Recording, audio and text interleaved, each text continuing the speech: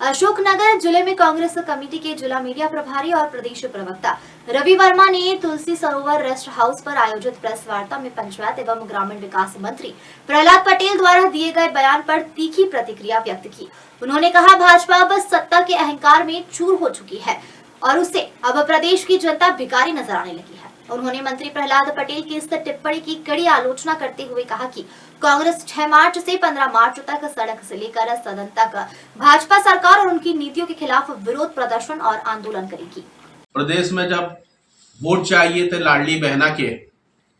तो बहनों की पंचायतें बुलाई गई, बहनों के तमाम तरह के सम्मेलन मेले लगाए गए। किसानों की जब वोट चाहिए थी तो किसानों की पंचायत बुलाई गई, विभिन्न वर्गों की पंचायत बुलाई गई। तब वे लोग उनके लिए देवतुल्य भगवान थे, उनके मालिक थे। लेकिन आज उनकी नजरों में वे भिखमंगा और भिखारी साबित हो गए हैं, क्योंकि वो लोग आज अपना हक अधिकार मांग रहे हैं। आज जब बारी हक अधिकार देने की आई तो भारतीय जनता पार्टी के बड़बोले नेता, मंत्री, विधायक उन्हें भिखमंगी और भिखारा बता रहे हैं, जो बड़े ही दुर्भाग्यपूर्ण है। दुख का, पीड़ा का विषय है, क्योंकि 1.5 करोड़ से अधिक जब लाडली बहना के फार्म भरवाए गए और उन्हें कहा गया कि सरकार बनते ही 3,000 दिए जाएंगे, लेकिन आज 3,000 तो छोड़िए, सरकार उन्हें चुन चुन कर कभी 1,000, कभी 1,200 और कभी 1,500 देने की बात कर रहे हैं। 3,000 की बात आज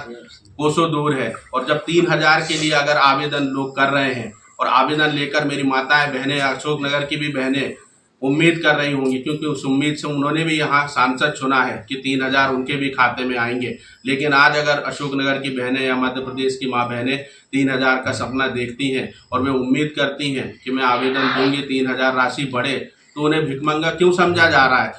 इस प्रदेश के जो किसान हैं या जिले के जो बड़बोले नेता हैं, जिन्हें भारतीय जनता पार्टी ने क्या कुछ नहीं कहा उनके आगमन पे,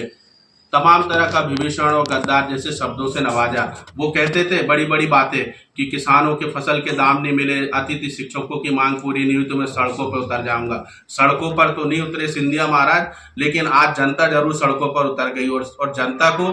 क्या कुछ नहीं कहा जा रहा है। तो सबसे बड़ा इस जिले के सांसद से भी सवाल लेकर हम आए हैं, क्या वो उनके विचार क्या है। लेकिन सत्ता के अहंकार में जिस तरीके से भारतीय जनता पार्टी के नेता